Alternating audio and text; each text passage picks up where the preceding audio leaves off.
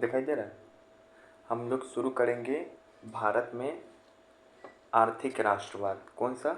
आर्थिक राष्ट्रवाद। आर्थिक राष्ट्रवाद मतलब होता है कि पैसा को लेकर सोचना, अपने देश के प्रति पैसा को लेकर सोचना। तो इसमें बहुत सारा प्रमुख नाम आता है, जैसे कि तुमको आएगा दादा भाई नेरोजी, सुब्रमण्यम अय्यर, गोपाल कृष्ण गोखले, एम.जी. रनाडे, आर.सी. दत्त और G.V.. Joshi.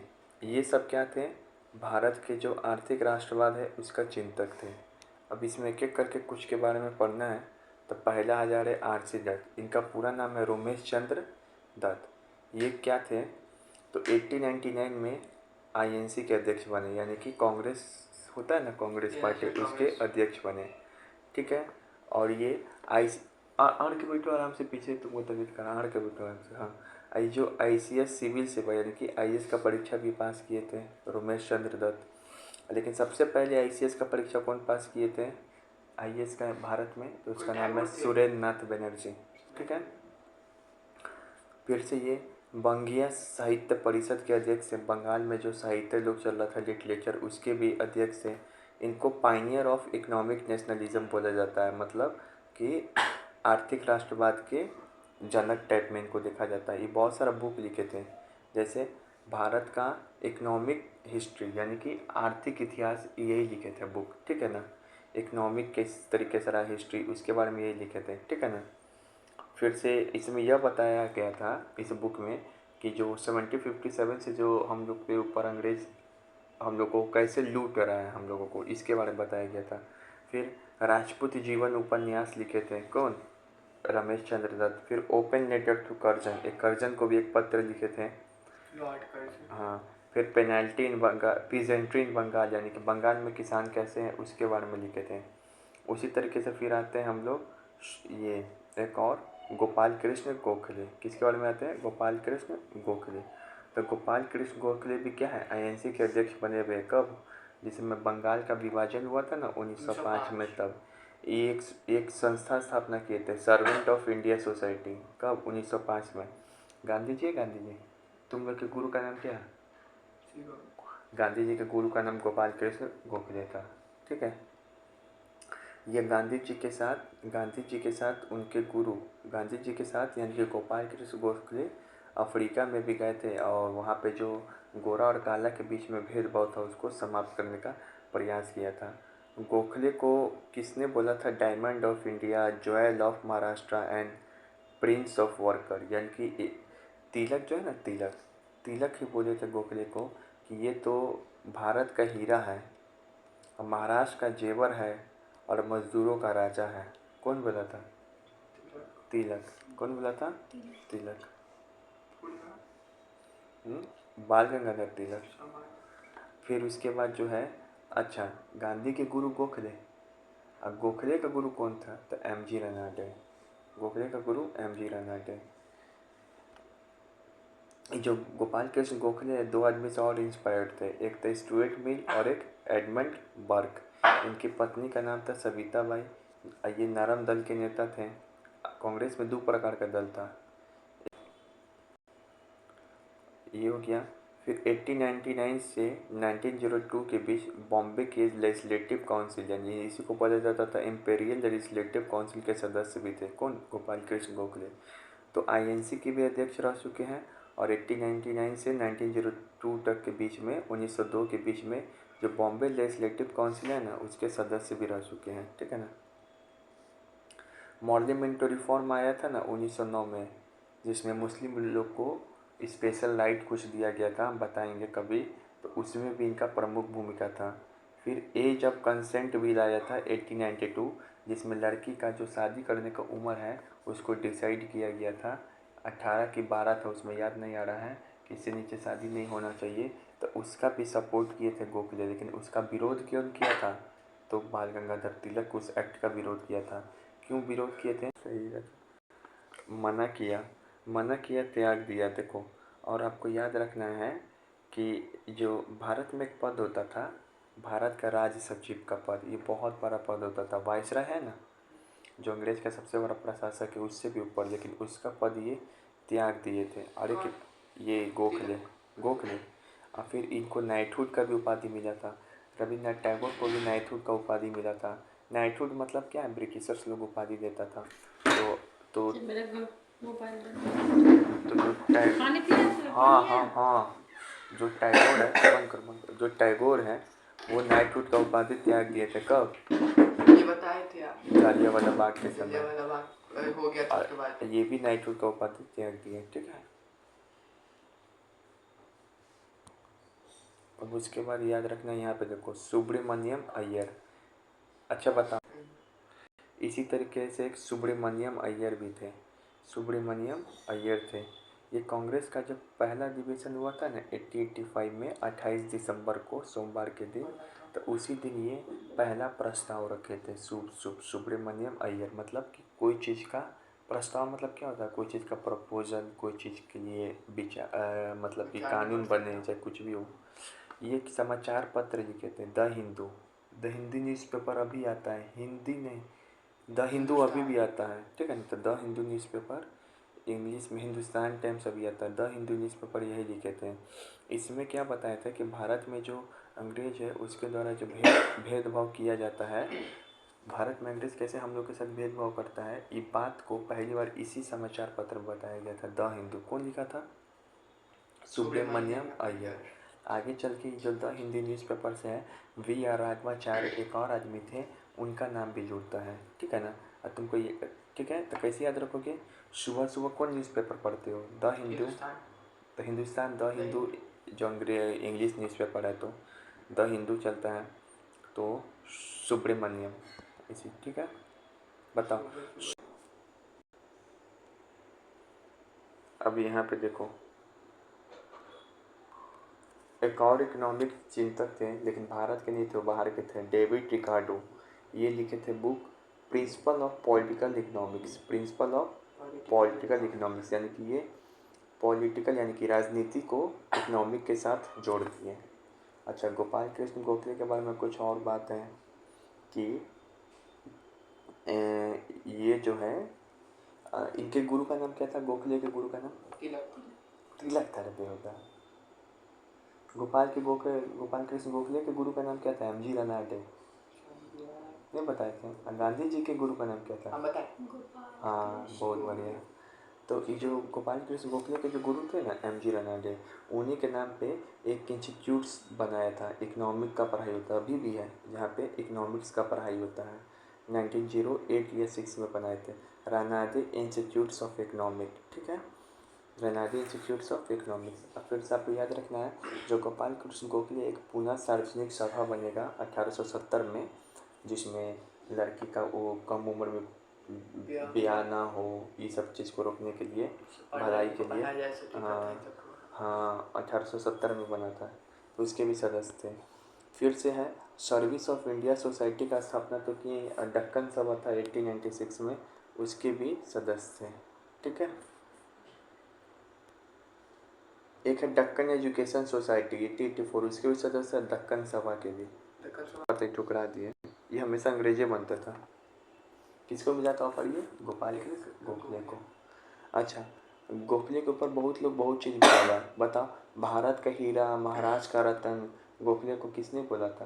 Prince of worker. कौन बोला था? तिलक। फिर गांधी जी गोखले को क्या बोले थे पता है? गोखले क्रिस्टल की तरह शुद्ध है, शेर की तरह बहादुर है। देखो, अपने गुरु का तारीफ वैसे करा है कि आप तो क्रिस्टल की तरह शुद्ध है और शेर की तरह बहादुर है और हीरो के जैसे लगते हैं। और फिर लॉर्ड हार्डिंग है, लॉर्ड हार्डिंग जो बंगाल विभाजन को रद्द किया था। लॉर्ड हार्डिंग का इसे हाँ, का रिवॉल्यूशन हुआ था, इसके ऊपर बम फेंकने का भी प्रयास किया गया था, अंग्रेज था।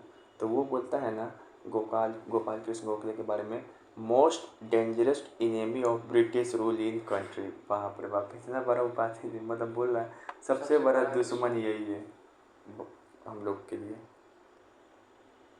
फिर आ गया एम जी रनाटे के बारे में, ये भी एक आर्थिक राष्ट्रवाद थे। एम जी रनाटे किसके गुरु थे?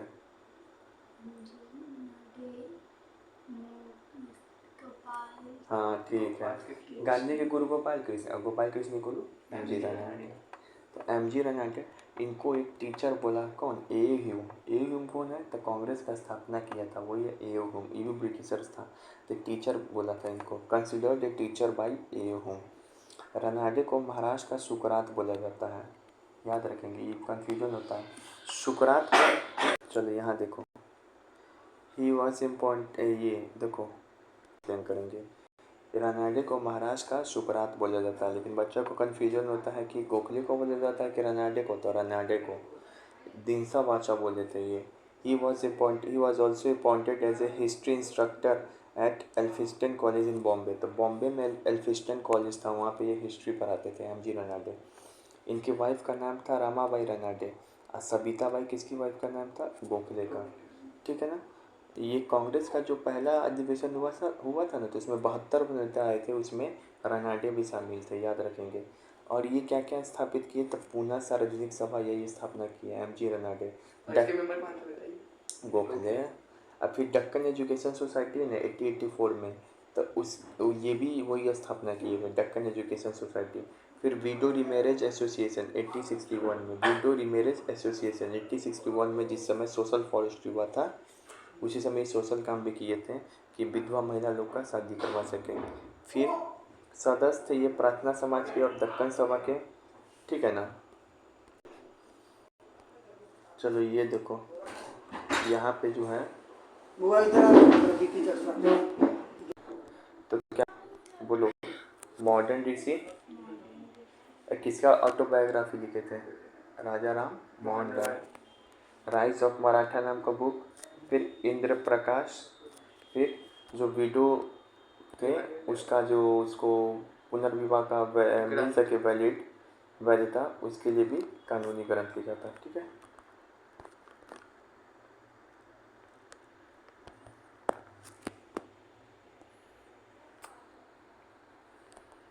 फिर अब हम लोग क्या करेंगे, यहाँ देखो, ब्रिटिशकालीन भू राजस्व प्रणाली, जो प्लासी का युद्ध हुआ था उसके बाद से अंग्रेज़ क्या किए, भू राजस्व वसूल करना शुरुआत किए। इसी संदर्भ में सबसे पहला आया था इजेदारी प्रणाली, जो कब आया था, 1772 में। किसके द्वारा, तो वारेन हेस्टिंग द्वारा। कहाँ पे, बंगाल में, 1772 में। इसमें क्या हुआ था कि द्वैत शासन को समाप्त कर भू राजस्व को वसूलना आरंभ किया। द्वैत शासन को समाप्त कर भू राजस्व को वसूलना आरंभ किया। 1772 में क्या किए, 5 ईयर बंदोबस्त लागू किए, और 1777 में क्या किए, 1 ईयर बंदोबस्त लागू किए। ठीक है। 1772 में 5 ईयर, 1777 में 1 ईयर। फिर उसके बाद क्या हुआ, तो ये लाया था वारेन हेस्टिंग इजादारी, फिर अस्थाई बंदोबस्त। इसको ज़मींदारी व्यवस्था या इस्तेमारी व्यवस्था भी बोलते हैं। इसका समय कब है, तो 1793 में। 1793 में जो ये कौन लाया था, तो कॉर्नवालिस जो गवर्नर जनरल था वो लाया था। इसका जगह कहाँ पर है, तो इसका ट्रिक है बोबू। बोबू बंगाल, बिहार, उड़ीसा और यूपी, बनारस और कुछ हद तक आंध्र प्रदेश वाले क्षेत्र में भी था। ठीक है, बोबू। उसके बाद क्या है, ये पूरे लैंड का कितना था, 19% क्षेत्र पे लागू था। पूरे लैंड के 19% क्षेत्र पे लागू था। ये भू राजस्व का कितना था, 10/11 हिस्सा। इसमें क्या था कि भू राजस्व का जो 10/11 हिस्सा है वो अंग्रेज़ों को मिले, और 1/11 हिस्सा जमींदार खुद रखता था। ठीक है। इसमें भूमि का स्वामी किसको बनाया गया, तो जमींदार को बना दिया गया था। भूमि का स्वामी इसमें जमींदार को बना दिया गया था। और जमींदार से क्या क्या प्रोविज़न था, तो जमींदार को भूमि का स्वामी बनाया गया था। भूमि पर इसको वंशानुगत अधिकार दिया गया। अब भूमि को हस्तांतरित कर सकता था, मतलब जब वो मालिक बन गया तो लैंड को ट्रांसफ़र भी कर सकता था। इसमें लगान या भू राजस्व की दर क्या किया है, फिक्स किया गया है। और फिर अस्थाई बंद, ये इम्पोर्टेंट चीज़ है कि जो अस्थाई बंदोबस्त है, अस्थाई बंदोबस्त में क्या किया गया, जो राजाओं हैं और तालुकदार हैं उसको जमींदार के रूप में मान्यता दिया गया। अस्थाई बंदोबस्त में राजा है या फिर तालुकदार है, उसको जमींदार के रूप में मान्यता दिया गया। इसका ड्रॉबैक क्या है, तो इसमें क्या है ड्रॉबैक इसका अस्थायी बंदोबस्त का? किसान को इसमें भूमि का स्वामी नहीं माना गया। इसमें फिर से अनुपस्थित जमींदारी भी समस्या था। जमींदार को सूर्यास्त कानून से परेशान था। और फिर था कंपनी को क्या है, इसमें लगान का एक फिक्स टैक्स दिया जाता था। फिर किसान और कंपनी के मध्य कौन थे? जमींदार बिचौलिया बन गया। खेती का विस्तार हुआ मगर कंपनी को फ़ायदा नहीं। फिर से उसके बाद जो है कौन सा है, रैयतवाड़ी में क्या हुआ था? इसके लागू करने का कारण क्या था? तो दक्कन में कोई जमींदार नहीं था। जो डेविड रिकार्डो का सिद्धांत अधिशेष पर कंपनी का अधिकार हो, उसी के आधार पे ये लागू किया था। बिचौलियों को हटाओ और डायरेक्ट किसान से ही संबंध जोड़ो, यही बोला था डेविड रिकार्डो। ये कब हुआ था? तो वो था 1793, ये है 1820 में। वो हुआ था बोबू पे, ये है दक्षिण में है, तो मुंबई और महाराष्ट्र वाले क्षेत्र में हुआ था। बम्बई मद्रास वाले क्षेत्र में हुआ था। वो जो है कितना परसेंट लैंड पे हुआ था? तो वो था 19% लैंड पे, और ये जो है 51% लैंड पे हुआ था। ठीक है ना। इसको लागू कौन किया था? तो 1792 में अलेक्जेंडर रीड। सब इसमें 3 आदमी का नाम जुड़ता है, एक था अलेक्जेंडर रीड, टॉमस मुनरो और Elphinstone. Alexander Read, Thomas Munro और Elphinstone, RMA। Alexander Read, Thomas Munro और एल्फिंस्टन। ठीक है। तो 1792 में कौन लाया था? अलेक्जेंडर रीड लाया था। अलेक्जेंडर रीड ही क्या किया था कि इसको सबसे पहले मद्रास प्रेसिडेंसी में जो तमिलनाडु का 12 महल क्षेत्र है उसमें लागू किया था। फिर 1820 में कौन है? टॉमस मोनरो इसको पूरे मद्रास प्रेसिडेंसी में लागू किया। फिर एल्फिंस्टन कहाँ लागू किया? बॉम्बे प्रेसिडेंसी में। तो देखो, सबसे पहले मद्रास प्रेसिडेंसी के तमिलनाडु के 12 महल क्षेत्र में कौन लागू किया? 1792 में अलेक्जेंडर रीड। फिर उसके बाद टॉमस मुनरो क्या किया? संपूर्ण मद्रास प्रेसिडेंसी में। और फिर एल्फिंस्टन पूरे बम्बई प्रेसिडेंसी में लागू किया। इसका क्या क्या प्रोविज़न था? तो इसमें टैक्स का रेट 30% से 50% तक कर दिया गया। ठीक है ना। फिर इसमें जमींदार को क्या किया? बिचौलिया की भूमिका के रूप में समाप्त कर दिया गया। फिर इसमें किसान से सीधा कांटेक्ट किया गया। इसमें क्या किया गया? किसान को भूस्वामी बना दिया गया, जबकि उसमें जमींदार को भूस्वामी था। ये TRE में ये लाइन पूछा था कि इसमें लगान की दर फिक्स था क्या? रईसबाड़ी में तो नहीं, किसान के साथ लगान की दर फिक्स नहीं किया। लगान की दर फिक्स कर दिया था तभी तो नाम पीछे में इसका अस्थायी बंदोबस्त था, परमानेंट सेटलमेंट। इसमें क्या होता था कि हर 30 साल पे भूमि का क्या कराते हैं? सर्वे कराते हैं, और उसके बाद फिर रेट डिसाइड होता था। फिर उसके बाद समस्या क्या है? क्योंकि अब किसान को भूमि का स्वामी बना दिया गया, इसी कारण किसान क्या किए? साहूकार से ऋण लेने लगे और किसान ऋण जाल में फंस गए। फिर एक व्यवस्था था महालवाड़ी। जो महालवाड़ी व्यवस्था है, ये महाल क्या होता है? तो राजस्व का एक इकाई था। ये कब लागू हुआ? 1822 में। कब लागू हुआ? 1822 में। इसको लागू कौन किया? मैकेंजी। किस जगह पे? तो PUMP, pump. Punjab MP UP ये वाले इलाके में। और ये जो रैयतवाड़ी था साउथ में था, और अस्थाई बंदोबस्त तो बोबू आंध्र प्रदेश बनारस वाले क्षेत्र में भी था। इसमें किसका नाम जुड़ा है महालवाड़ी में? तो महालवाड़ी से मैकेंजी। इसमें अलेक्जेंडर रीड, टॉमस मुनरो और एल्फिंस्टन का नाम था रैयतवाड़ी में। ठीक है। और ये कब हुआ था? 1822, यानी कि रैयतवाड़ी के 2 साल बाद, 1820-1822। ये इसमें क्या गया था? इसमें भारत के संपूर्ण 30% क्षेत्रों पर लागू था, लेकिन सबसे ज़्यादा किस क्षेत्र, कौन सा लागू था? 51% क्षेत्रों पे रैयतवाड़ी, और स्थायी बंदोबस्त 19%, और ये 30% महालवाड़ी। ठीक है। इसमें भूमि का कुल उपज का कितना है 66% तय किया गया। किसानों को भूस्वामी माना गया, इसमें भी किसानों को क्या माना गया, भूस्वामी माना गया। और कर वसूलने का अधिकार गांव के मुखिया। किसानों को इसमें क्या माना गया था, महलबाड़ी में भी किसानों को क्या माना गया, भूमि का स्वामी माना गया। ये भी इम्पोर्टेंट पॉइंट है, टीआरई में पूछा था। तो भूमि का स्वामी रैयतवाड़ी में भी किसानों को माना गया और महलबाड़ी में भी, याद रखेंगे। फिर कर वसूलने का अधिकार किसको दिया गया, तो गांव के मुखिया यानी कि महाल को दिया गया। और एक बात याद रखना कि रैयतवाड़ी में जो है लगान का दर जो है फिक्स नहीं था, लेकिन इसमें भी महलबाड़ी में भी लगान का दर फिक्स नहीं था। फिर यहाँ पर है मैकेंजी ने उत्तर प्रदेश भारतीय समाज में गांव में प्रमुख सामाजिक संस्था। मैकेंजी ने माना कि उत्तर भारतीय समाज में गांव की प्रमुख संस्था। ठीक है। अच्छा, आपको याद रखना है कि बहुत सारा पॉइंट रैयतवाड़ी का महलबाड़ी से मिलता जुलता है। ठीक है।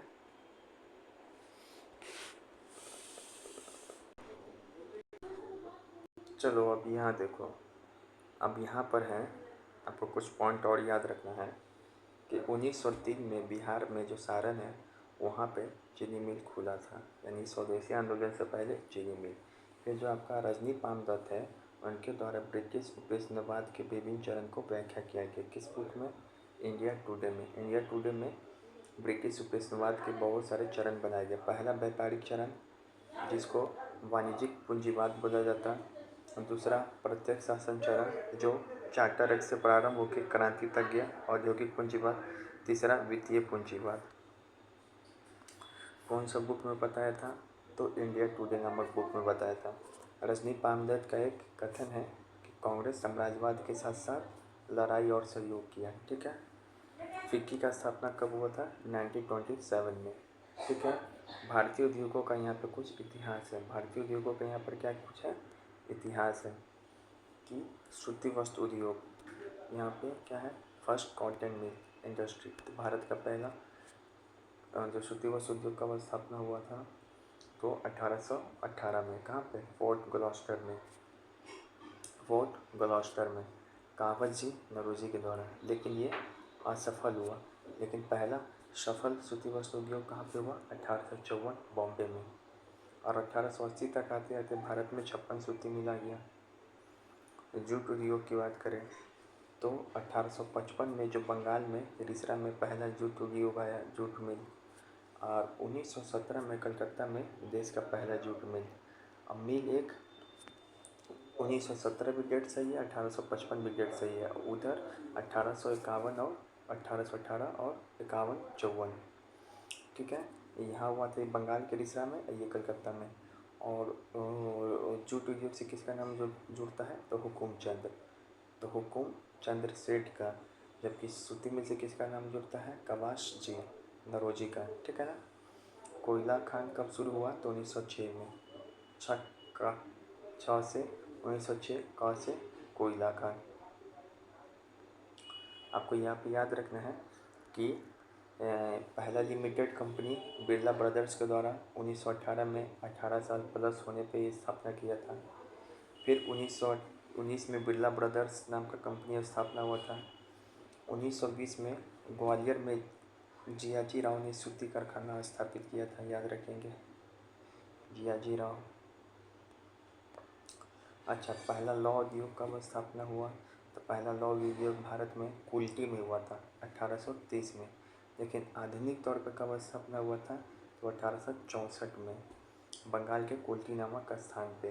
कैसे याद रखेंगे, तो 1864 में ही आईएफएस विभाग का स्थापना हुआ था, तो उसी में लोहा का चौखट बनाना था, तो 64 में स्थापना हुआ। फिर से 1907 में क्या हुआ था, झारखंड में जमशेदपुर के सकाची में 1907 में क्या हुआ था, झारखंड के जमशेदपुर के सकाची में। तो सकाची में क्या हुआ था, किसको का स्थापना। ठीक है। अब यहाँ पे जोतदार का उदय, ये वाला टॉपिक है। यहाँ देखो, जो जोतदार है उसको मंडल, हवलदार और गांठीदार भी बोला जाता है। ठीक है ना। 18वीं सदी के अंत में और 19th सेंचुरी के आरंभ में धनी किसान वर्गों को जोतदार बोला जाता था 18th सेंचुरी के अंत में और 19th सेंचुरी के शुरुआत में। जोतदार का स्थानीय व्यापार और साहूकार के कारोबार पर भी व्यापक नियंत्रण था। जोतदार का स्थानीय व्यापार और साहूकार के कारोबार पर भी व्यापक नियंत्रण था। जोतदार की जमीन का एक बड़ा भाग बटाईदार के माध्यम से जोता जाता था। जोतदार का एक बहुत बड़ा भाग है तो उसको बटाईदार के माध्यम से जोता जाता था। जो बटाईदार है वो क्या करते थे, अपना हल खुद लेके आते थे और मेहनत करते थे और फसल के बाद अपना उपज का आधा हिस्सा जोतदार को दे देते हैं। कि जोतदार की ज़मीन पे बटाईदार काम करता था, ठीक है ना। गांव में जो है जोतदार की शक्ति जमींदारों की शक्ति से ज़्यादा थी। जमींदार शहर में जबकि जोतदार गांव में शक्तिशाली था। तो गांव में जोतदार। अब आपको याद रखना है कि जमींदार द्वारा गांव की जमा लगान को बढ़ाने के लिए किया जाने वाले प्रयत्नों को वो घोर विरोधी करते थे। आपको याद रखना है, ठीक है ना। मान लो कि जो जमींदार है तो गांव में जो है उसको जमा लगान बढ़ाने के लिए किया जाने वाले प्रयत्नों को क्या करते थे, घोर विरोधी। अगर जो है ज़्यादा लगान बढ़ा रहा है तो क्या करता था, घोर विरोध करता था। किसका जोतदार का। फिर उसके बाद आपको यहाँ पे और याद रखना है कि जमींदार को राजस्व के भुगतान में जानबूझकर देरी करवा देता था। जमींदार जो है वो राजस्व के भुगतान में जानबूझकर देरी करवा देता था जोतदार, जिसके कारण जमींदार की ज़मीन क्या हो जाती, नीलामी हो जाती। तो अक्सर जोतदार ही उन ज़मीन को क्या करता था, खरीद लेता था। मतलब जो जमींदार को राजस्व भुगतान कराने में जोतदार देरी करा देता था, ठीक है। फिर यहाँ पे याद रखना है जोतदार सबसे अधिक शक्तिशाली था कहाँ पे, उत्तरी बंगाल में। जोतदार सबसे अधिक शक्तिशाली कहाँ था, उत्तरी बंगाल में। जोतदार अधिक शक्तिशाली था ड्यूरिंग अर्ली 19th सेंचुरी में। फिर यहाँ पर भी पॉइंट है कि जमींदार अपनी नीलामी की प्रक्रिया को बचाने के लिए 2 प्रकार का रास्ता निकाला। पहला था कोई जमींदारी अपने माता को नाम दे दिया, जिससे अंग्रेज यह निर्णय ले रखा था कि महिलाओं की संपत्ति को कभी नहीं लिया जाएगा। और दूसरा, जमींदार अपने एजेंट के माध्यम से नीलामी की प्रक्रिया कराता। अपने एजेंट को ही भेज के ऊंच बोली पे खरीदवा लेता और नीलामी में खरीदा हुआ ज़मीन फिर वो उसका हो जाता। तो ये चीज़ याद रखेंगे। फिर 1930 के दशक तक घोर मंदी के हालात में अंततः जमींदारों का हालत क्या हो गया, खराब हो गया और जोतेदार ही गांव में मजबूत हो गए। अच्छा, यहाँ पे एक बार थियरी में पूछा था, सिकमी रैयत किसको लगान देते थे, तो रैयत को लगान देते थे, ठीक है ना। यहाँ पे देखो माइंड में पे सिकमी रैयत को लगान देते थे और रैयत को कई बार पैसा वगैरह मुहैया करवाता था ये जोतेदार, ठीक है ना, जोतेदार। और उसके बाद फिर ये रैयत किसको लगान देते हैं, तो ये जमींदार को लगान देते हैं। तो गांव का प्रत्येक रैयत किसको लगान देता है, जमींदार को। और जोतेदार रैयत को उधार देता, उसके बदले रैयत जोतेदार को क्या देता, अपना उपज देता। और रैयत कुछ ज़मीन खुद भी जोतते थे और बाकी फिर सिकमी रैयत को भी देते थे और सिकमी रैयत वो लगान फिर रैयत को देता।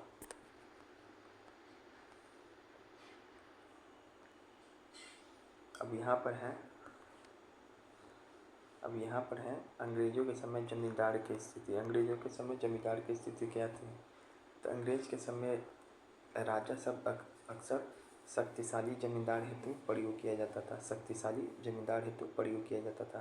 कंपनी जमींदार को क्या करना चाहती थी, नियंत्रण में रखना चाहती थी। कंपनी जमींदार को क्या करना चाहती थी, नियंत्रण में रखना चाहती थी। कंपनी जमींदार की स्वतंत्रता को सीमित किया, जमींदार की सेना को भंग कर दिया, जमींदार से स्थानीय न्याय और स्थानीय पुलिस की व्यवस्था को छीन लिया। इस तरीके से जमींदार को पूरी प्रकार सीमित कर अब जमींदार की शक्ति को किसान से राजस्व इकट्ठा करने और अपनी जमींदारी के प्रबंध करने तक ही सीमित रखा। इससे क्या हो गया कि किसान से राजस्व इकट्ठा करने और अपनी जमींदारी प्रबंध करने तक ही सीमित रखा। तो तो देखा जमींदार किस तरीके से इंधन किया, तो ज़मीन छीन दिया, सेना भंग कर दिया और बोला कि बस अब तुम राजस्व इकट्ठा करेगा और ज़मीन का प्रबंधन करेगा, बस उतना ही काम करेगा। ठीक है। अमला कौन है? अमला तो जमींदार समय समय पे राजस्व इकट्ठा करने हेतु अमला नामक अधिकारी को नियुक्ति करता था। ठीक है। जमींदार को राजस्व संग्रह में क्या समस्या आता था? जमींदार समय समय पे राजस्व क्यों नहीं चुका पाता था? तो खराब फसल और मौसम के कारण। ठीक है ना। कभी कभी क्या होता था कि किसान जानबूझकर भी भुगतान नहीं करते ताकि जमींदार की ज़मीन क्या हो जाए, नीलामी हो जाए। जोतेदार भी ज़मीन के कार्यों में हस्तक्षेप करता था। इन 3 कारणों से जमींदार को राजस्व संग्रह करने में समस्या आता था। ठीक है ना। इस जमींदार अपनी ज़मीन को नीलामी से बचने के लिए क्या करता? महिला के नाम पे ज़मीन कर देता। अच्छा, यहाँ देखो 1917 में कलकत्ता में प्रथम जूट मिल की स्थापना किसने की? तो सेठ हुकुमचंद ने। जूट बोले तो सेठ हुकुमचंद। ठीक है ना। कब किया था? तो 2 बार, एक तो 1855 में कोलकाता में, 1917 में रिसरा में हुकुमचंद। फिर यहाँ पे है भारत में पहले सूती मिल का कब स्थापना हुआ था? तो सूती मिल का स्थापना हुआ था 3 बार, एक सौ 1818 में, 1851, 1854। 1818 में फोर्ट वॉलस्टर में बंगाल में हुआ था लेकिन असफल हुआ। लेकिन फिर 1854 मतलब बॉम्बे में वो क्या हो गया? सफल हो गया। तो डेट देखो यहाँ पर क्या? 1854। भारत में पहली सूती मिल का किस वर्ष स्थापना की गई? 1854। 1818 में दिया लेकिन ये असफल है, तो इसी कारण 1854 को मानेंगे। तिहाड़ी का सवाल है। टिस्को का स्थापना कब हुआ था? 1907 में। इसी समय क्या हो गया था? याद है कार्य अधिनियम लाया था? बताओ। सभा विरोधी अधिनियम। द हिंदू अखबार के समाचार पत्र के संपादक कौन है? तो इसमें दोनों का नाम आता है। शुरुआत किया था सुब्रमण्यम लेकिन बाद में इसमें वी राघवाचारी भी जुड़ गया था। ये भी टीआईडी का है तो दोनों हो जाएगा इसमें सही। इंग्लिश न्यूज़पेपर द हिंदू, जी सुब्रमण्यम। सुबह सुबह हिंदी न्यूज़पेपर पढ़ते हैं तो जी सुब्रमण्यम, ऐसे याद कर सकते हैं। फिक्की का स्थापना कब हुआ था? 29 या 27? तो 27, साइमन कमीशन के समय फिक्की का स्थापना हुआ था। फिक्की का पहला प्रेसिडेंट दिनसॉ एम पेटिट बना था। दिनसॉ एम पेटिट। और गांधी जी के कहने पे 1927 में क्या हुआ था? जब पीसी टंडन और जेपी बिरला ने फिक्की का स्थापना किया था। पीसी टंडन और जेपी बिरला ने फिक्की का स्थापना किया था गांधी के कहने पे। Who is known as the father of Indian chemistry? Father of Indian chemistry किसको बोलते हैं? पीसी राय, पीसी चंद्र राय को। इसने 1901 में 1 नंबर काम किया Bengal chemical and pharmaceutical company का स्थापना करके। पीसी रॉय ने 1901 में 1 नंबर काम किया कंपनी स्थापना करके। 19वीं शताब्दी के उत्तरार्ध के दौरान भारतीय पूंजीपतियों के हाथ में एकमात्र प्रमुख उद्योग कौन था? तो सूती वस्त्र उद्योग। 18वीं सदी में। भारत का आर्थिक इतिहास किसने लिखा था? आर्थिक इतिहास कौन लिखेगा? आर्थिक राष्ट्रवाद लिखा था बीपी चंद्र। आर्थिक इतिहास लिखा Ramesh Chandra Dutt. Speaking truth to power my alternative view नामक पुस्तक किसने लिखा? अल्टरनेटिव व्यू किसने दिया? तो पी चिदम्बरम ने अल्टरनेटिव व्यू दिया। ठीक है। किसने भारतीय राष्ट्रीय कांग्रेस के पहले अधिवेशन में पहला प्रस्ताव रखा था? सुब्रमण्यम शुभ यह काम किया। फिर से यहाँ पर है गांधी और हिज पॉलिटिकल गुरु गोपाल कृष्ण गोखले इन गुजराती। कौन है? धर्माता गोखले ने लिखा।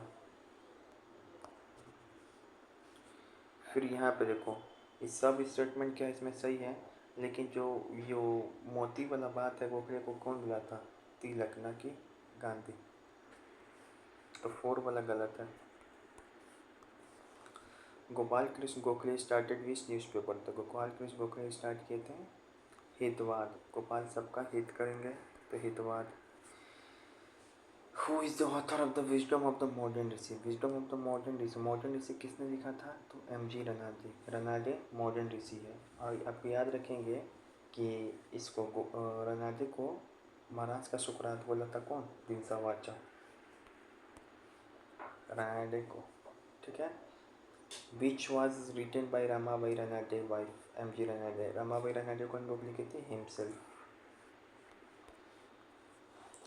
विधवा पुनर्विवाह को वैधता पर हिंदू ग्रंथ किसने लिखा था? तो जिसने विधवा पुनर्विवाह के लिए एसोसिएशन बनाया था 1861 में।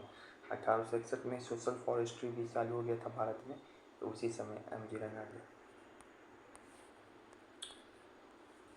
Who is the pioneer of economic nationalism? Economic nationalism का पायनियर कौन है? तो आर.सी. दत्त। कौन है? R C. Dutt. Who among the following rejected the title of knighthood and refused to accept the position of Council of State of Secretary of India? तो knighthood की उपाधि कौन त्यागा और राज्य सचिव का पद कौन त्यागा? तो ये थे गोखले। दक्कन सभा का स्थापना निम्नलिखित में से किस राष्ट्रवादी के द्वारा किया गया? तो दक्कन सभा से नाम जुड़ता है आपका गोपाल कृष्ण गोखले का। दक्कन सभा का स्थापना 96। दक्कन सभा में ये लोग आए तो 96। लेकिन दक्कन एजुकेशन सोसाइटी का स्थापना होगा 1884 में। यहाँ पे देखो दक्कन सभा के बारे में इम्पोर्टेंट बात कि दक्कन सभा एक राजनीतिक संस्था था जिसका स्थापना 1896 में कहाँ पर हुआ था? पुणे के भारत में हुआ था। कहाँ पे हुआ था? पुणे के भारत में हुआ था, ठीक है। कब? तो 96 में। कब? 96 में। दक्कन एजुकेशन सोसाइटी का स्थापना करें तो 84 है। Deccan education society 84। 84 किसे क्या देखो? 84 यानी कि राशि बहु को शिक्षा दो। 84 से राशि बहु को दक्कन में क्या करो? शिक्षा दो। किसने किया? तो एम.जी. रनाडे ने। एम.जी. रनाडे ने। यहाँ पे गोपाल कृष्ण गोखले का भी नाम है, रनाडे का भी नाम है, लेकिन फाउंडेड कौन किया था? रनाडे। रनाडे ही तो मेन आदमी था। रनाडे ही तो मेन आदमी था, किसी का रनाडे को यहाँ पे प्रेफरेंस मिलेगा, गोपाल कृष्ण गोखले को नहीं। ये किए थे रनाडे इंस्टीट्यूट्स ऑफ इकोनॉमिक्स का स्थापना। इन 1884 Deccan education society was founded by home in Pune. 1884 में कौन स्थापना किया था? तो देखो इसमें सब में से नाम जो चुनना होगा, तो सबसे बढ़िया नाम है एक तो तिलक और एक है विष्णु शास्त्री चिपलुंकर और रनाडे। वीटो रीमैरेज एसोसिएशन किसके द्वारा स्थापना हुआ था? तो वीटो रीमैरेज एसोसिएशन, तो ये रनाडे के द्वारा 1861 में। लेकिन रनाडे का नाम नहीं है तो क्या नाम होगा? विष्णु शास्त्री पंडित। विष्णु शास्त्री पंडित, इसका नाम जुड़ जाएगा। कैसे याद रखेंगे? तो शास्त्र में लिखा है, पंडित जी बोले शास्त्र में लिखा है कि विष्णु जी बोले कि विडो महिला के लिए रीमैरेज एसोसिएशन बन सकता है। Who was the founder of the widow remarriage association 1861? अब यहाँ पे देखो रनाडे आ जाएगा, लेकिन इसका नाम नहीं था तो Vishnu Shastri Pandit. Name the father of Indian economic reforms? तो पी.वी. नरसिम्हा राव, इन्हीं को माना जाता है एलपीजी वाला। ब्रिटिश सरकार ने इंग्लैंड में मुद्रित सूती वस्त्रों के चीज के प्रयोग पर प्रतिबंध लगाने के लिए एक कानून बनाया। दिलचस्प है कि यह अधिनियम को कैल्को यानी कि कैल्को एक्ट कब आया था? तो कैल्को एक्ट आया था 1720 में, रेगुलेटिंग एक्ट से पहले। रेगुलेटिंग एक्ट से पहले कैल्को एक्ट। कैसे याद रखेंगे? तो 2020 में सूती वस्त्र का कपड़ा पहन के जाना क्या है? 17 से खतरा है। 2020 मैच में सूती वस्त्र का कपड़ा पहन के जाना 17 पे क्या है? खतरा है। 1720। देश में सर्वप्रथम चीनी मिल का स्थापना कहाँ हुआ था? तो 1903 में सारण में हुआ था, बिहार में। लेकिन फिर कहाँ हुआ था? बेतिया में। बेतिया में 1840 में ही हो गया था। तो 40 से चीनी मिल, 40 से चीनी मिल। पूर्व साम्राज्यवाद की अवधि के दौरान कैल्को के रूप में क्या जाना जाता है? कैल्को क्या है? तो सूती वस्त्र। सूती वस्त्र कैल्को की उत्पत्ति वर्तमान किस राज्य में हुई थी? तो कैल्को की उत्पत्ति केरल में हुई थी। केरल कैल्को। वर्धमान का राजा कौन था जब अस्थायी बंदोबस्त लागू किया गया था? तो मेजर तेजचंद था। बहुत तेज बन रहा है। भारत में पहला मुक्ति विश्वविद्यालय कब स्थापना किया गया? तो पहला मुक्ति विश्वविद्यालय 1882 में किया गया। 82 राहुलबा को मुक्ति मिल जाए, 1982। पहला मुक्त विश्वविद्यालय 1982 में हैदराबाद आंध्र प्रदेश पे। डॉक्टर बी आर अम्बेडकर विश्वविद्यालय BRAU आंध्र प्रदेश हैदराबाद में। निम्नलिखित में से कौन मध्यकालीन शहर चीज नमक छपे हुए सूती वस्त्र कपड़े के लिए प्रसिद्ध है? तो कौन था प्रसिद्ध? सिरोंज। सिरोंज जो है मध्यकालीन शहर है जो सूती वस्त्र के लिए प्रसिद्ध था, सिरोंज। अब यहाँ पे देखो होम चार्ज में क्या क्या शामिल था। तो होम चार्ज में जो सेना के भरण पोषण के लिए ली जाने वाली विधि ये शामिल था। अंग्रेज कर्मचारी का वेतन पंसा ये भी शामिल था। एक तो भरण पोषण और वेतन या पेंशन कर्मचारी का, लेकिन युद्ध वाला पैसा ये शामिल नहीं था युद्ध के लड़ने के लिए। और रेलवे पे लगाई गई पूंजी ये भी शामिल था होम चार्ज में।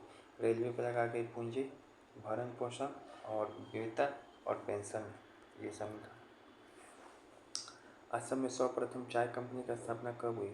असम में सबसे पहले चाय कंपनी की स्थापना 1839 में हुई थी। ठीक है ना। 5 लाख रुपये से शुरुआत की गई थी इंग्लैंड के साथ। कैसे याद रखेंगे? तो 1840 में ही भारत का पहला शुगर मिल बना था। कहाँ पे? बेतिया में। तो 40 से चिमनी ऐसे याद हो गया। तो 40 से जस्ट 1 साल पहले चाय होगा तब तो आएगा चीनी।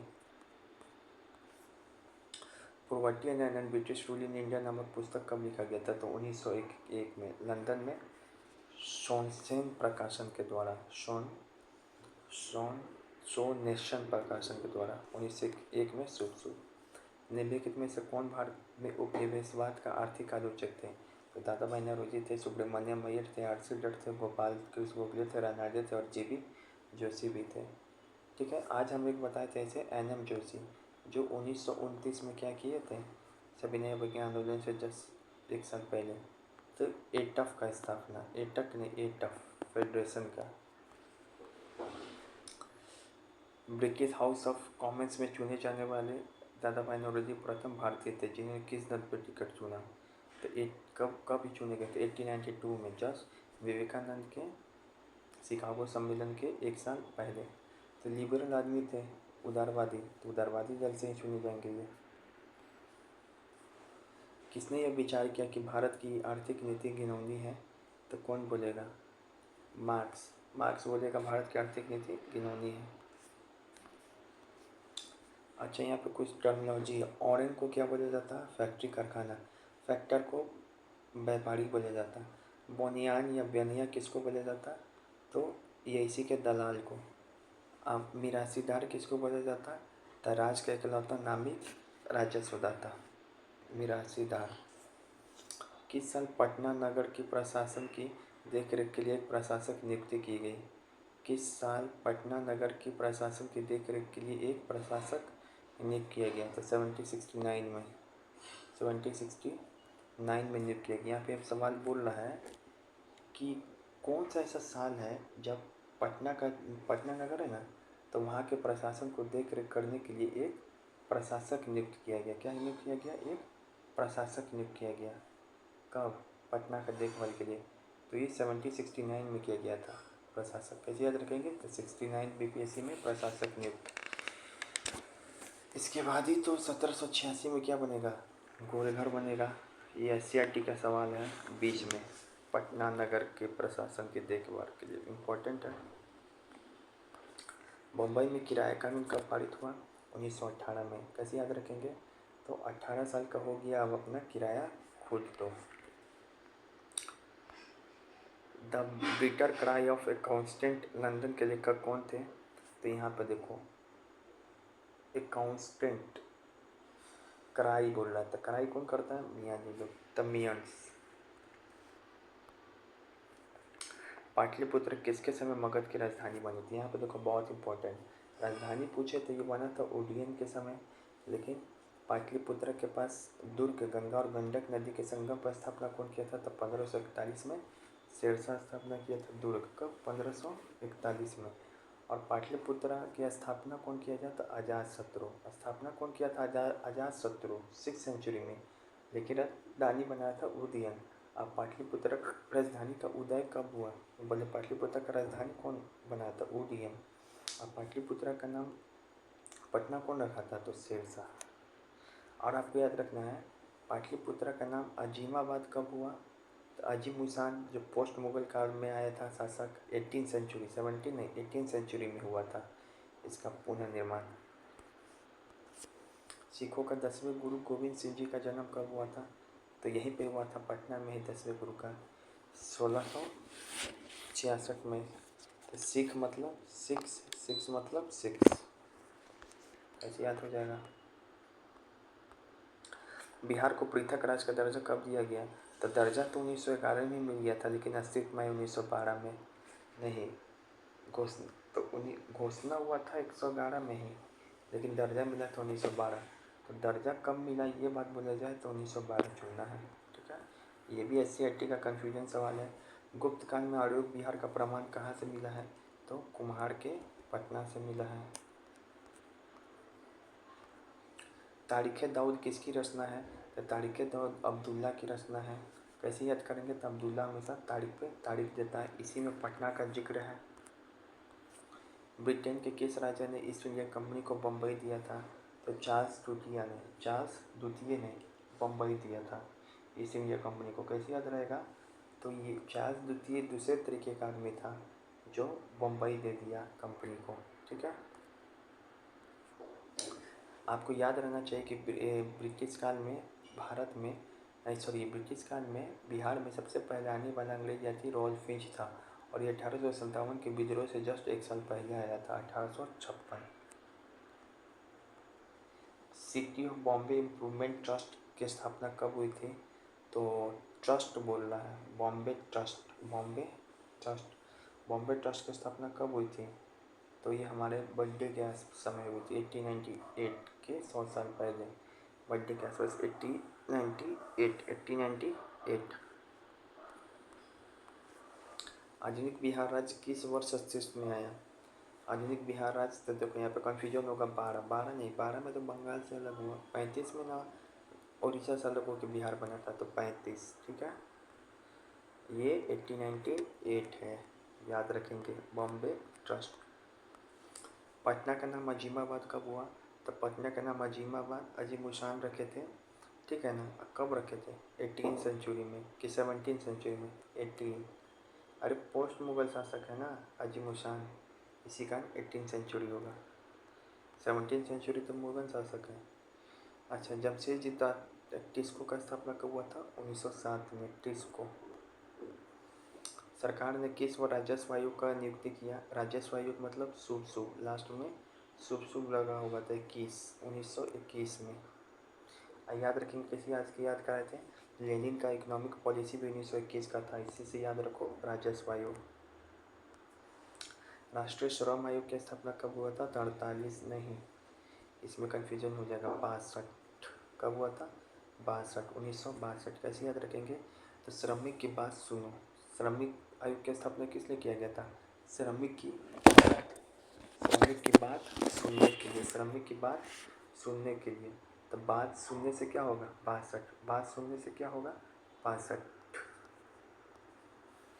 भारत में मजदूर बोर्ड का स्थापना किस पंचवर्षीय योजना के दौरान हुआ था?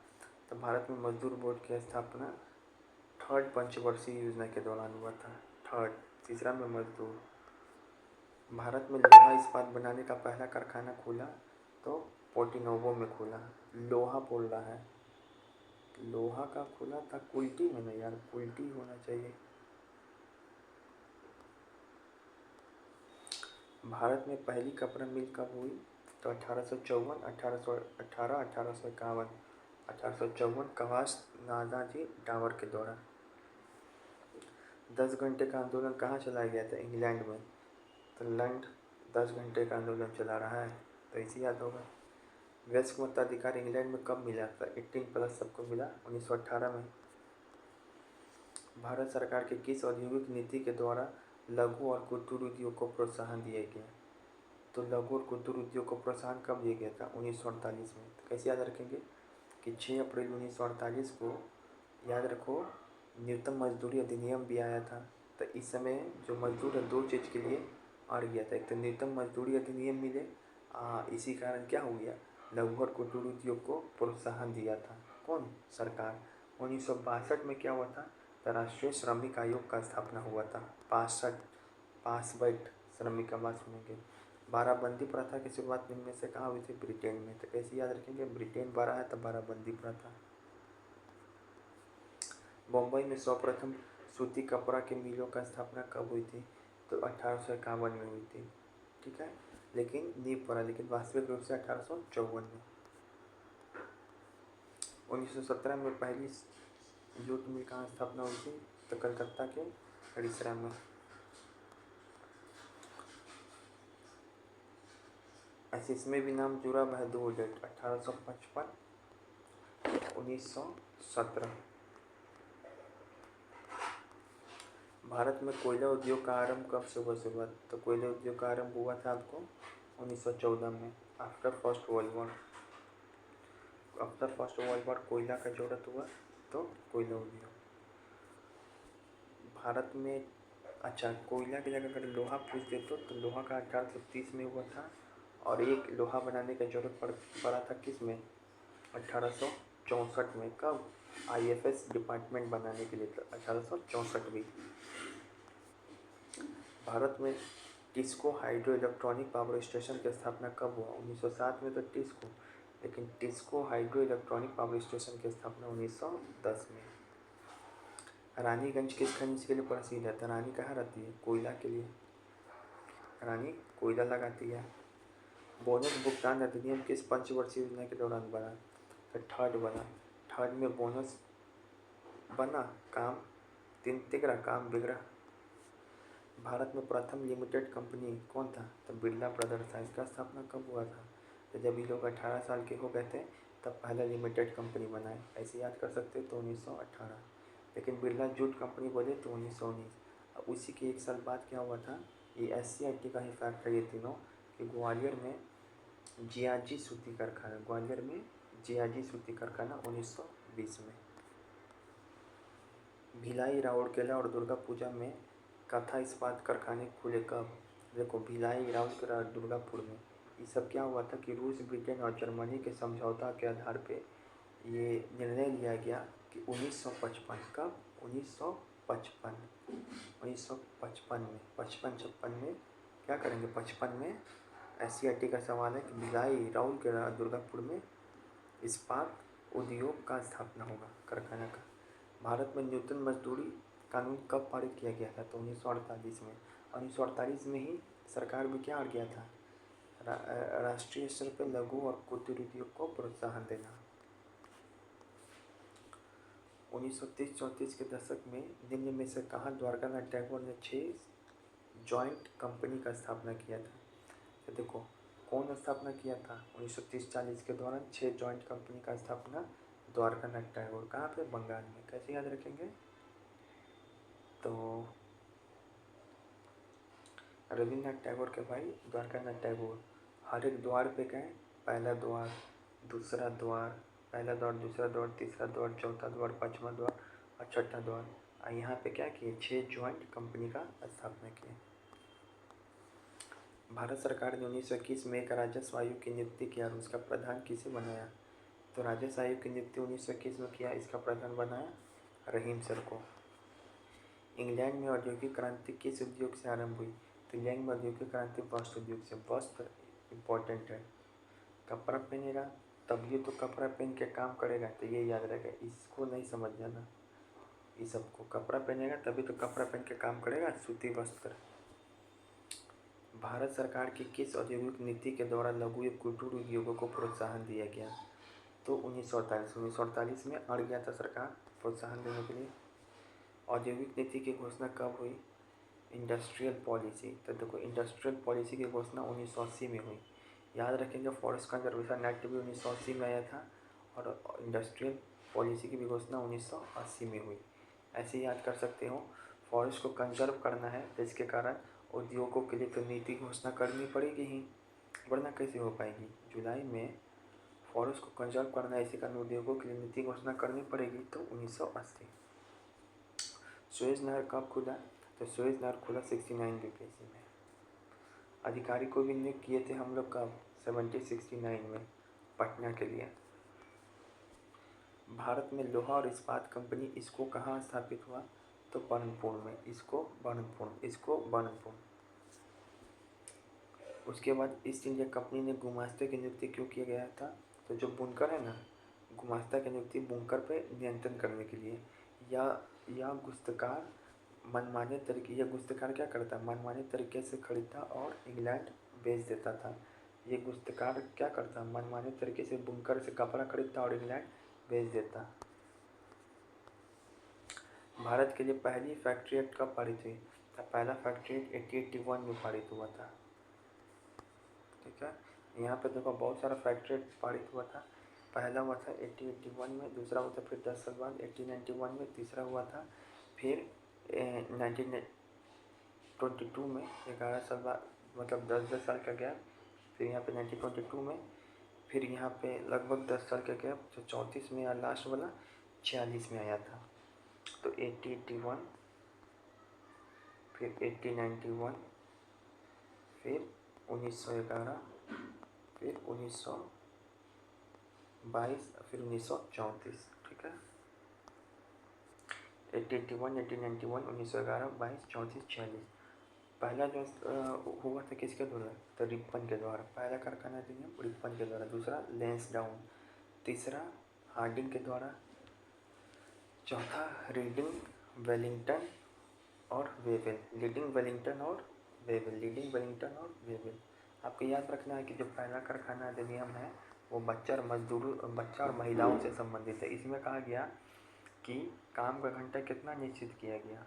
9 घंटा, और सप्ताह में 4 दिन छुट्टी मिलेगा। और 7 साल का बच्चा जो काम ना करेगा, 7 साल से कम का बच्चा काम नहीं करेगा, ये भी बोला गया। अब 12 साल से जो कम बच्चा है उसके काम का घंटा निश्चित किया जाए। ठीक है, तो ये हो गया, याद रहेगा। तो पहला कारखाना एक्ट आया था 1881 में, दूसरा आएगा 10 साल बाद 1891 में, फिर आएगा 1911 में, सब में एक एक है, फिर 1922 में, फिर आएगा 10 साल बाद लगभग 1934 में, और लास्ट में आएगा 1946 में।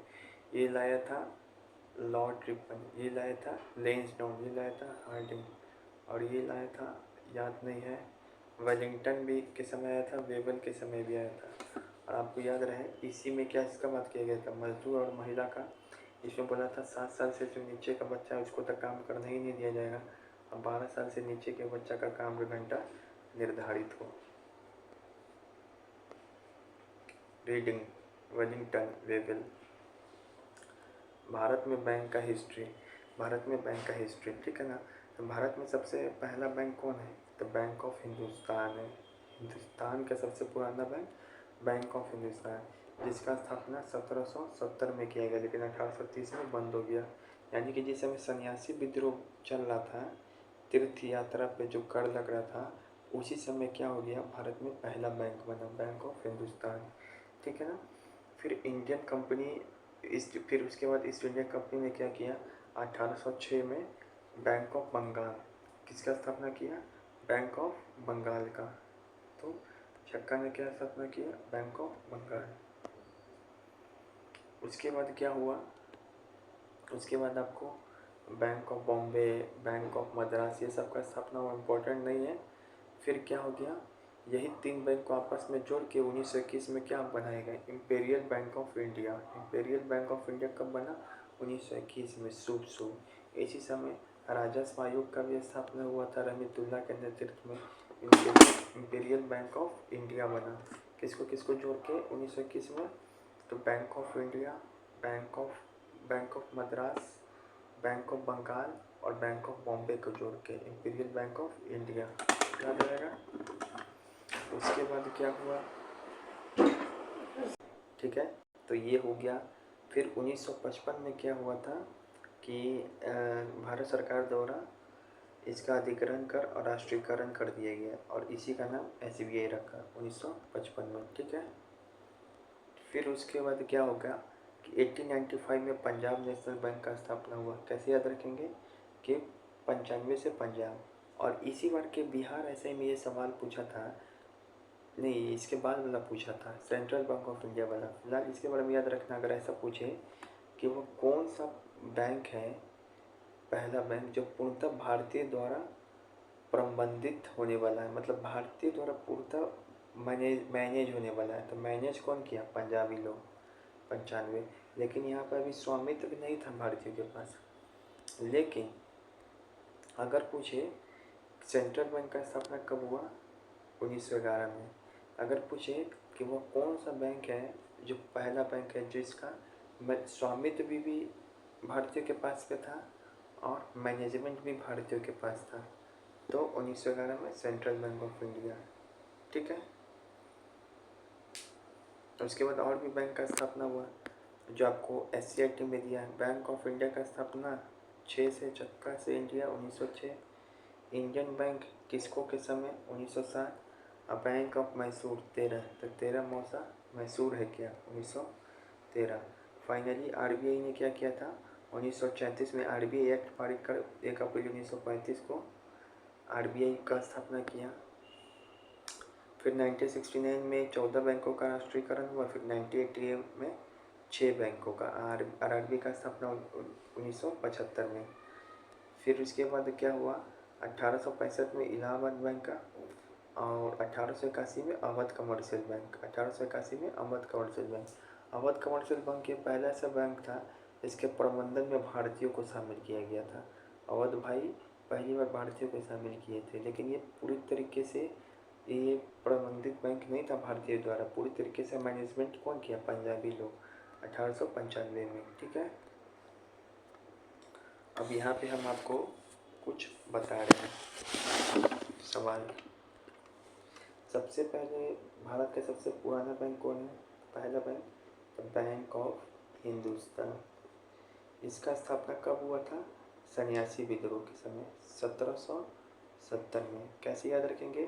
तो सन्यासी लोग को तीर्थ यात्रा पे कर लगा दिया था इसी का। उसके बाद लेकिन ये 1830 में क्या हो गया था? बंद।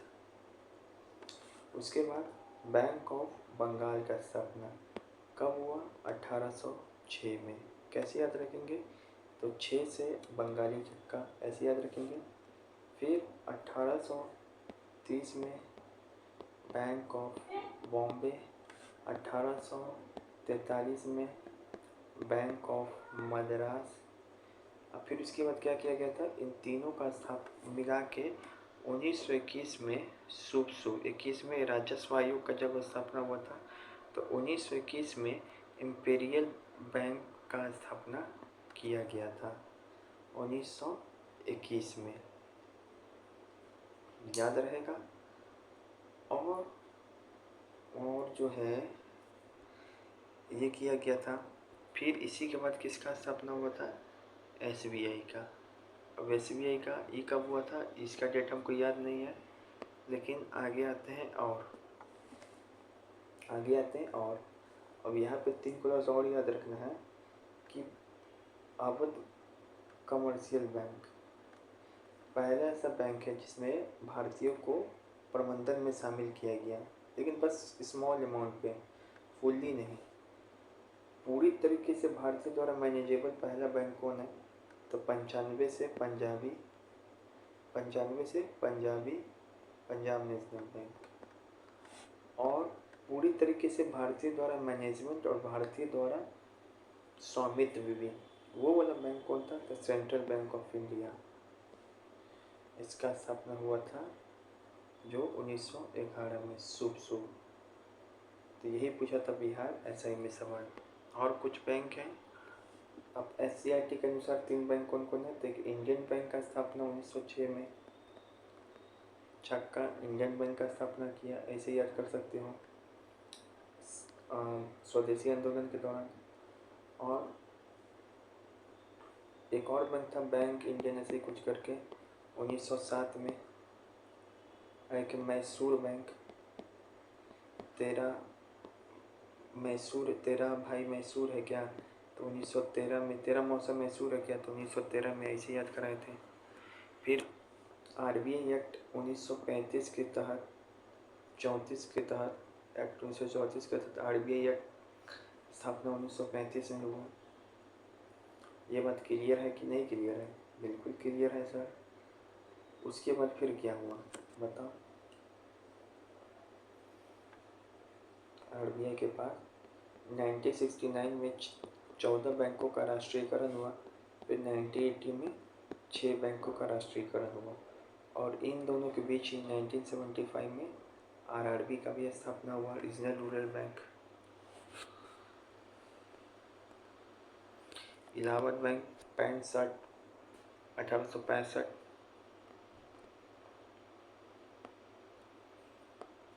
Indian bank 1907, bank of India 1906। पहले बैंक ऑफ इंडिया फिर इंडियन बैंक।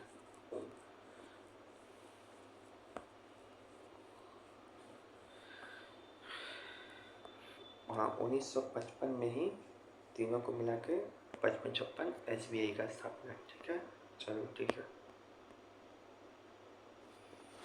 अब यहाँ पे देखो, जो इंग्लैंड में औद्योगिक क्रांति हुआ था तो उससे संबंधित कुछ डिवाइस है, उन लोगों का स्थापना कब हुआ था डिवाइस का। तो ये देखो, ये सारा क्या है, वहाँ पे कुछ कुछ इन्वेंट हुआ था। अब ये सारा क्या है कि इंडस्ट्रियल रिवोल्यूशन के दौरान कुछ कुछ वहाँ पे आविष्कार हुआ था। तो वो आविष्कार किस चीज़ का हुआ था, किसने किया था और कब हुआ था, ये आपको मेरे लिए बिहार ऐसा ये टीचर के एग्जाम में ही पूछेगा और कहीं नहीं। पहला, स्पिनिंग जेनी। स्पिनिंग जेनी का स्थापना किसने किया था? स्पिनिंग जेनी क्या है? ये एक बार में 8 सूत काटने वाला मशीन है। इसका स्थापना किया था जेम्स हरग्रीव्ज। James Hargreaves. कब? 1765 में। तो कैसे याद रखेंगे? सबसे पहले ये डेट स्पिनिंग जेम वाला। तो 65 साल की उम्र में स्पिनिंग मशीन लाया। 65 साल की उम्र एकदम बुढ़िया थी है कोई, तो 65 साल की उम्र में ये मशीन लाई, एक बार में 8 को सूत काटने लगे। ठीक है, फिर आपको याद रखना है कि हरग्रीव्स, देखो इसका नाम में लिखा हुआ हार, तब सूत काटने में हार नहीं मानेगी। कौन? James Hargreaves. ठीक है, याद रहेगा। फिर से सेफ्टी लैम्प। सेफ्टी लैम्प का स्थापना कौन किया? Humphry Davy. कौन किया? Humphry Davy. कब? 1815 में। कब? 1815 में। तो कैसे याद होगा? तो देवी 15 रुपया में सेफ्टी लैम्प लाई। देवी 15 रुपये में सेफ्टी लैम्प लाई। फ्लाइंग शटल का स्थापना कौन किया? जॉन के। कब? 1773 में। तो जॉन ने वह क्या किया? फ्लाइंग किया, रेगुलेटिंग एक्ट के समय। स्पिनिंग मूल, सैमुअल क्रॉम्पटन। एक स्पिनिंग मूल है और ऊपर क्या था? स्पिनिंग जेनी था, एक स्पिनिंग मूल है। तो सैमुअल स्पिनिंग ऐसे याद होगा 1799 में पोलिगार विद्रोह के समय। Power loom, Cartwright. Power loom, power से क्या चलाएगा? काट, ऐसे होता है जो काट। 1785 में पावर एजे से शुरू हो रहा। सेलिडिका प्रिंटिंग प्रेस, टॉमस वेल। टॉमस वेल। वास्प इंजन, जेम्स वाट 1769 की स्पीसी में जेम्स वाट ये चला है। शक्तिशाली भट्टी, हेनरी बेसमेर। हेनरी शक्तिशाली भट्टी चलाया। ठीक है, तो याद रहेगा, रिवीजन करते रहे। अब पूछेंगे सवाल। फ्लाइंग शटल किसका था? जॉन के का। स्पिनिंग मूल किसका था? सैमुअल का। पावर लूम किसका था? कार्ट चलाएगा, कार्टराइट। शक्तिशाली भट्टी, हेनरी। Safety lamp, Davy. Spinning jenny, Hargreaves. हार नहीं मानेगा। सलीका प्रेस, टॉमस वेल। उसके बाद स्पिनिंग जेन, तब 65 साल की उम्र में एक बार में 8 सूट काटने वाला मशीन लाई। लैम्प, तब 15 रुपये में देवी लैम्प लाई।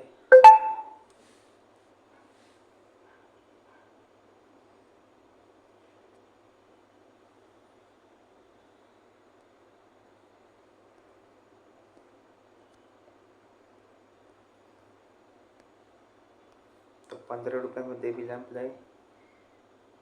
फ्लाइंग शटल, तो जॉन एवरन रेगुलेटिंग एक्ट के समय फ्लाइंग शटल चलाया।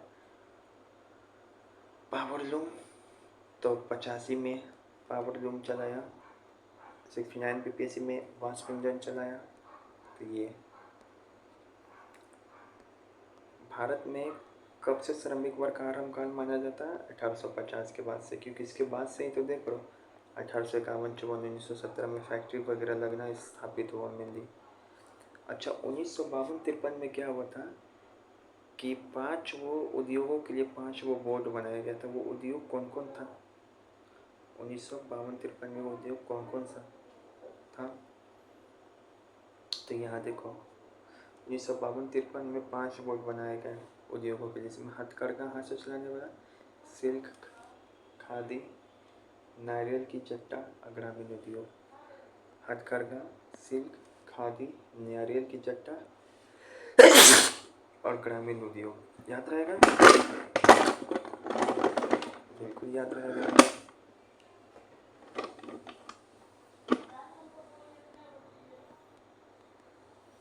भारत में औद्योगिक आयोग की नियुक्ति कब की गई?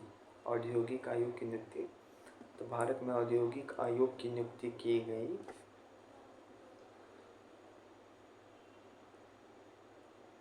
1916 में। कब? 1916 में। कैसे याद रहेगा? अच्छा, औद्योगिक नीति बोलता था कब? तो फॉरेस्ट कंजर्वेशन करने के लिए 1980 में, वो अलग है। यह औद्योगिक आयोग बोल रहा है तो 1916 में। 1916 में होम रूल आंदोलन हो रहा था, उसी समय औद्योगिक आयोग का स्थापना किया गया।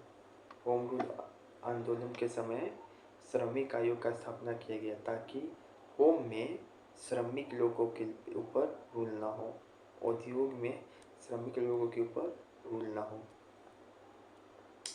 अच्छा, आपको याद रखना 1824 में तीन उद्योग, कागज उद्योग, केमिकल उद्योग, चीनी उद्योग की सबका स्थापना हुआ। और 1930 में सीमेंट, शीशा, ये सब का। तो 30 में फिक्स वाला स्थापना हुआ।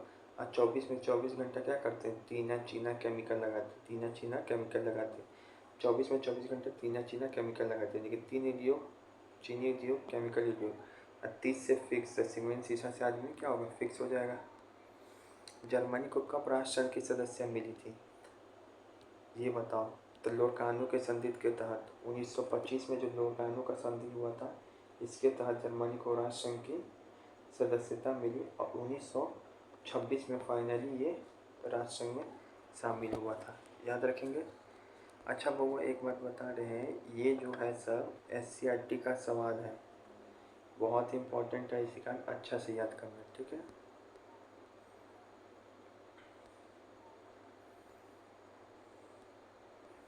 यहाँ पे देखो, अमेरिका का 13 उपनिवेश था। गुलाम कौन कौन? एक New Hampshire, Massachusetts, Rhode Island, Connecticut, New York, New Jersey, Pennsylvania, Delaware, Maryland, Virginia, उत्तरी कैरोलिना, दक्षिणी कैरोलिना, जॉर्जिया। तो Georgia, Carolina, Virginia, Maryland, Delaware, Pennsylvania, New Jersey, New York, कट आइलैंड। कैसे याद रखेंगे 13 उपनिवेश का नाम? फिर से देखो, हैम्पशायर, शायर, तो शायर था ही, शायर अमेरिकी उपनिवेश में था ही, शायर। चूसे, मैसाचुसेट्स, यानी कि चूसे भी था ही, शायर था तो चूसे का था ही। आइसक्रीम, यानी कि रोड पे घूमेगा ही शायर, रोड पे ही घूमेगा ही शायर। फिर जो शायर है वो नाटक तो करेगा ही, शायर है न्यू जर्सी तो पहनेगा ही, शायर है तो पेंसिल से लिखेगा ही। फिर शायर है तो शायर पे ढेला भी चलता ही है, शायर है तो मैरी करेगा ही, शायर है तो जीने के बाद करेगा ही, शायर है तो कैरोलिना का चिंता करेगा ही, शायर है तो जिएगा ही। देखो, अमेरिका का 13 उपनिवेश पूरा याद हो गया किससे? केवल हैम्पशायर से। शायर है तो चूसेगा, शायर है तो रोड पे जाएगा, शायर है तो नाटक करेगा, शायर है तो न्यू जर्सी पहनेगा, शायर है तो पेंसिल से लिखेगा, शायर है तो उस पर ढेला चलेगा, शायर है तो मैरी करेगा, शायर है तो जिएगा, शायर है तो कैरोलिना से मिलेगा, शायर है तो जिएगा। ठीक है, तो ये सब था जॉर्जिया वर्जिनिया, ये सब जो है अमेरिका का 13 उपनिवेश था जो ब्रिटेन के कब्जे में था। ठीक है,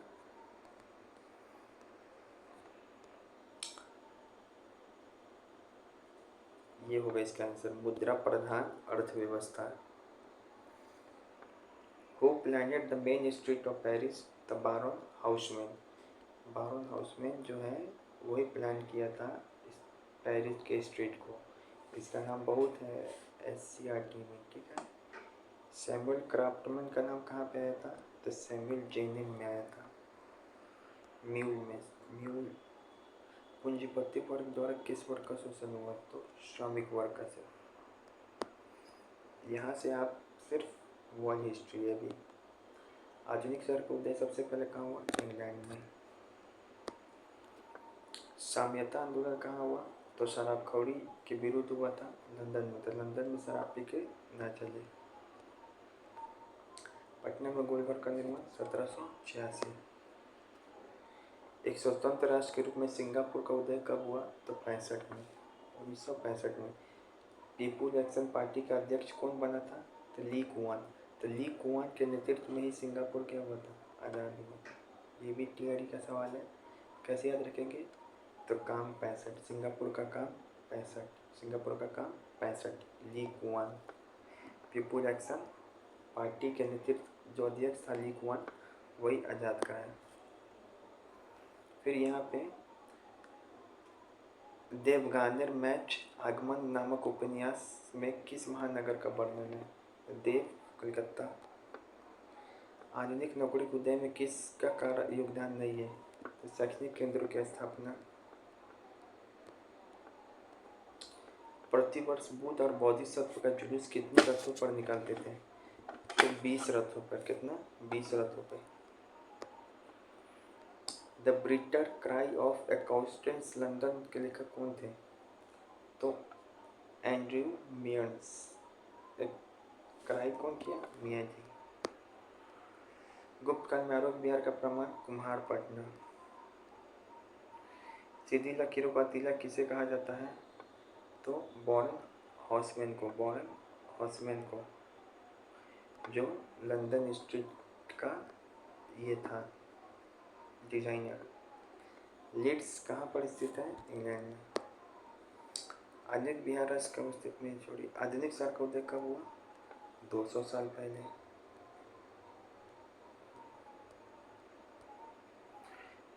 साम्यता आंदोलन चलाने का उद्देश्य क्या था? तो शराबखोरी पे नियंत्रण लगाना, भी लंदन में चला था। अब ये इम्पोर्टेंट क्वेश्चन है, यहाँ पे 1829 में एड्रियानो पुल की संधि किस देश के साथ हुई थी? तो एड्रियानो पुल की संधि हुई थी, आपको याद रखना है, रूस और तुर्की के बीच हुई थी। रूस और टर्की के बीच में। इसमें यूनान की आज़ादी के लिए, यूनान नहीं मार देना, रूस का टर्की से हुआ था।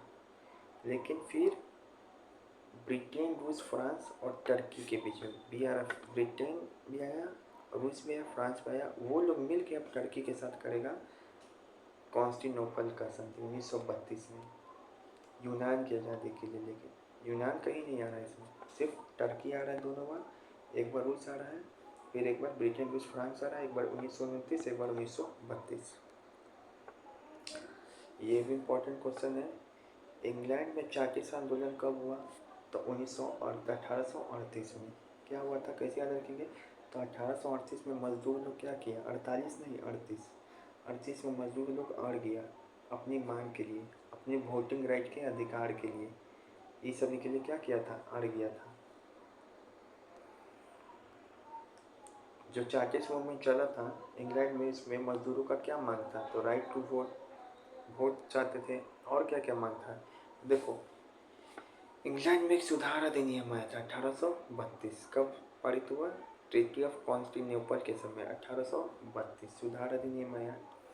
सुधार अधिनियम में क्या हुआ था कि मजदूरों को कोई अधिकार नहीं दिया गया था, यहाँ तक कि उनको वोटिंग राइट भी नहीं दिया गया था। फिर एक संस्था वहाँ पे London working man association, London श्रमिक संघ, वह नेतृत्व किया 1838 में मजदूरों का, जिसने चार्टिस्ट आंदोलन चलाया। ऐसा माना जाता कि यह आंदोलन पूरी दुनिया में मजदूरों का पहला संगठित आंदोलन था। फाइनली क्या होता है, फिर 1918 में सभी को वोटिंग राइट मिल भी जाता है। अच्छा, 1838 में 6 मांग रखा था चार्टिस्ट ने। क्या किया? एक तो जितना भी वयस्क हो सबको वोटिंग राइट दो, संसद का चुनाव प्रतिवर्ष हो, गुप्त मतदान हो, निर्वाचन क्षेत्रों का समान स्वरूप हो, हाउस ऑफ कॉमन की सदस्य के लिए संपत्ति का जो शर्त है उसको हटाइए, और जो लोग बोला फिर संसद सदस्यों के लिए वेतन की व्यवस्था हो, ये सब। अच्छा, तो कौन सा संस्था किया था? लंदन वर्किंग मैन्स एसोसिएशन, 1832 में सुधार अधिनियम के खिलाफ। लंदन में अनिवार्य शिक्षा प्राथमिक शिक्षा अधिनियम कब लागू हुआ? 1870 में। एससीईआरटी का क्वेश्चन है ये भी, 1870 में, जिसमें पूना सार्वजनिक सभा का स्थापना हुआ था ना, उसी साल 1870 में।